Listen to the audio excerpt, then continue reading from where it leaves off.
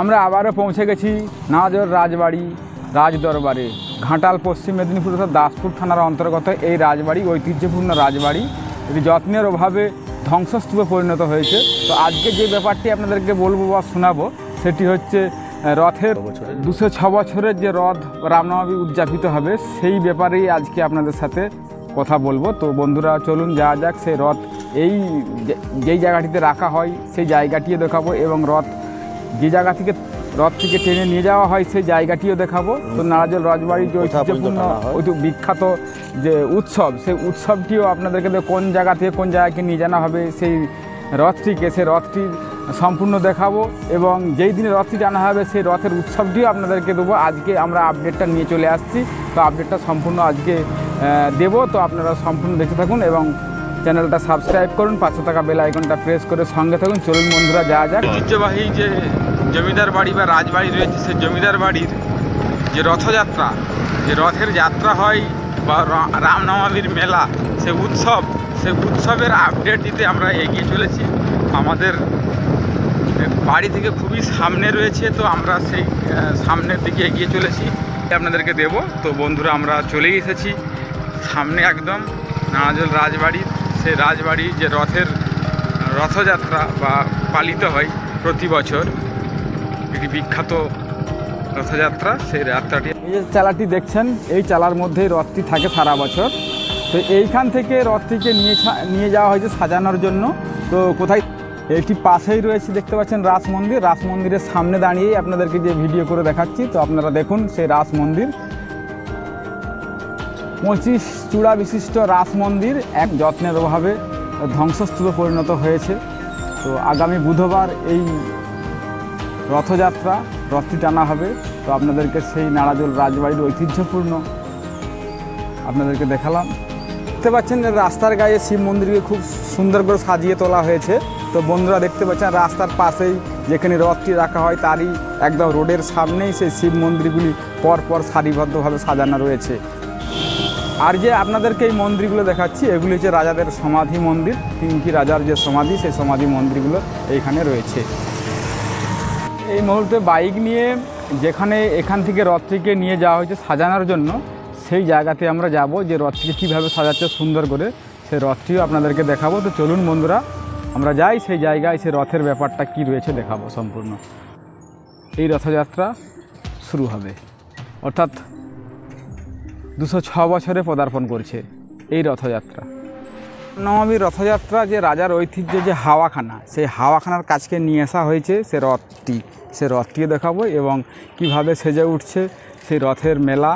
এবং দেখতেই পাচ্ছেন এখন থেকে চালা বাঁধা চলছে এবং সামনেই দেখতে পাচ্ছেন রথটি দাঁড়িয়ে রয়েছে। এই রথটা সম্পর্কে আপনাদেরকে কিছু তথ্য জানাবো। তো চলুন বন্ধুরা যাওয়া যাক ওই রথের কাছে। রথটিকে নিয়ে আসা হয়েছে এই হাওয়াখানাতে, এখান থেকেই টেনে নিয়ে যাওয়া হবে লঙ্কাগড় জলহরিতে। এটি হচ্ছে রাজদরবারের সিংহদ্বার বা প্রবেশ গেট ছিল। এই গেটের সামনেই দাঁড়িয়ে রয়েছে রথটি, দেখতে পাচ্ছেন। এই রথটিকে এখান থেকেই নিয়ে যাওয়া হবে লঙ্কাগড় জলহরিতে। এই রথটিকে সাজানোর কাজ চলছে, অর্থাৎ বুধবার দিন রামনবমীর উৎসব, সেই উৎসবে এখান থেকে টেনে নিয়ে যাওয়া হবে জলহরিতে। লঙ্কাগড়ের সামনে যে জলহরি রয়েছে সেই জলহরির সামনে নিয়ে যাওয়া হবে। তো বন্ধুরা এই আপডেটটা আপনাদেরকে দিলাম।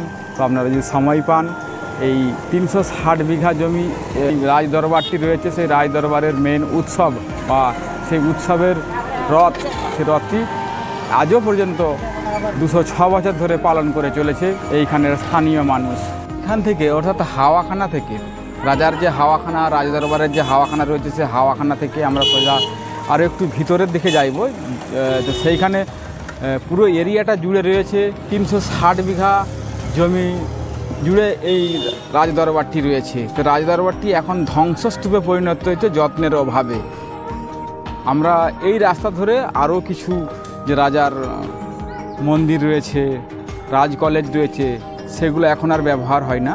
তো আমরা সেই ধারেই এগিয়ে যাব। চলুন বন্ধুরা যাওয়া যাক।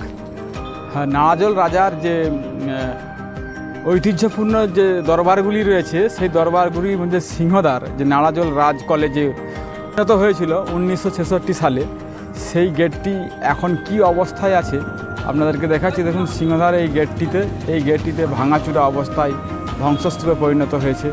চলুন বন্ধুরা এই দরবারগুলি একটু ঘুরিয়ে আপনাদেরকে দেখাই। আমরা পৌঁছে গেছি নাড়াজোল রাজবাড়ির যে ঠাকুর বাড়ি দেখতে পাচ্ছেন। নাড়াজোল রাজবাড়িগুলি একবারে ধ্বংসস্তূপে পরিণত হয়েছে যত্নের অভাবে। তো আমরা সেই জায়গায় এসে পৌঁছে গেছি। দেখুন একদম সব কিছু দেখাচ্ছি। এই জায়গাটি হচ্ছে নাড়াজোল পুলিশ ক্যাম্প, পুলিশ সহায়তা কেন্দ্র তৈরি হয়েছে। আমরা ভিতরে যে মন্দির রয়েছে দুর্গা মন্দির, সেই দুর্গা মন্দিরের মধ্যে প্রবেশ করব। তো এই ভিতর দিয়ে আপনাদেরকে যেতে হবে। এই মন্দিরটি আপনাদেরকে দেখাচ্ছি। এটি হচ্ছে দুর্গা মন্দির। এই দুর্গা মন্দিরে সর্বপ্রথম ঢাকিরা ঢাক বাজিয়ে পূজা দিয়ে রথ শুভ আরম্ভ করে। এইখান থেকেই পালকি করে সমস্ত দেবদেবতাদেরকে বয়ে নিয়ে যাওয়া হয়। দেখতে পাচ্ছেন পালকিটা সেই জায়গাতে দাঁড়িয়ে রয়েছে। আগামী বুধবার এই রথযাত্রাটি শুরু হবে। এখানে রয়েছে রাস মন্দির, এখানে দুর্গা মন্দির, সমস্ত মন্দির এই জায়গাতে পূজা শুরু করে তারপরে রথ টানা শুরু হয়। এই পালকি করে যে দেবতাগুলি রয়েছে মন্দিরের মধ্যে সেইগুলি এই পালকি করে নিয়ে যেতে হয়। সেই পালকি দেখতে পাচ্ছেন রাজাদের আমলের এখনও পর্যন্ত রয়েছে সেই পালকি। এই যে দেখতে পাচ্ছেন আপনারা, এটি হচ্ছে দুর্গা মন্দির।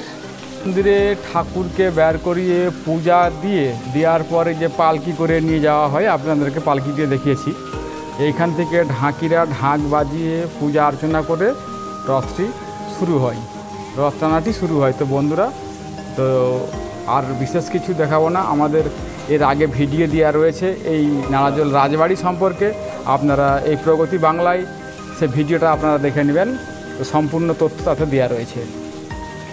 হ্যাঁ, আপনারা এই রাজবাড়িটা দেখুন। এই রাজবাড়িতে একসময় গান্ধীজি, নেতাজি সুভাষচন্দ্র বসু এবং রবীন্দ্রনাথ ঠাকুরের মতো মানুষ এই রাজ দরবারটাদের পদধূলি পড়েছে। এবং এই রাজার দরবার থেকেই ইংরেজ শাসকদের বিরুদ্ধে আন্দোলন সংগঠিত হয়েছিল। এই রাজা এখানে যে উদয়নারায়ণ ঘোষ এই রাজ দরবারটি প্রথম প্রতিষ্ঠা করেছিলেন। তো বন্ধুরা, সেই রাজ দরবার আজ ধ্বংসস্তূপে পরিণত হয়েছে যত্নের। আমরা এইখান থেকে বেরিয়ে যাব। যেইখানে রথটিকে টেনে নিয়ে যাওয়া হবে সেই লঙ্কাগড় জলহরি। তো এখান থেকে এই হাওয়াখানা থেকে প্রায় 1 কিলোমিটার দূরে। তো সেই জলহরিটি আপনাদেরকে সম্পূর্ণ তুলে ধরবো। তো আপনারা চলুন, সেই উদ্দেশ্যে আমরা রওনা দিচ্ছি। আগামী বুধবার 3টা থেকে এই রথ টানা শুরু হবে। চলেছি সেই জলহরি অর্থাৎ লঙ্কাগড়, যেখানটিকে নিয়ে যাওয়া হবে এই রথটিকে। সেই লঙ্কাগড় যে পুকুরের মাঝখানে যে জলহরি প্রাসাদটি রয়েছে, সেই প্রাসাদের মধ্যে রাজা আরাম আয়েশ করত। সেই রাজ দরবারটিকেও আপনাদেরকে তুলে ধরব। আমরা নাড়াজোল যে বাজার রয়েছে সেই বাজারের মধ্যে প্রবেশ করেছি। তো এই বাজার থেকে সোজা নিয়ে যাওয়া হবে একদম লঙ্কাগড়। রাস্তাটি আপনারা দেখতে পাচ্ছেন। এই রাস্তা আমরা যে ধারে বাঁক নেব, যে লরিটি বেরিয়ে যাচ্ছে দেখুন। তাহলে এই রাস্তাটি ধরে সোজা একদম জলহরিতে পৌঁছাবো।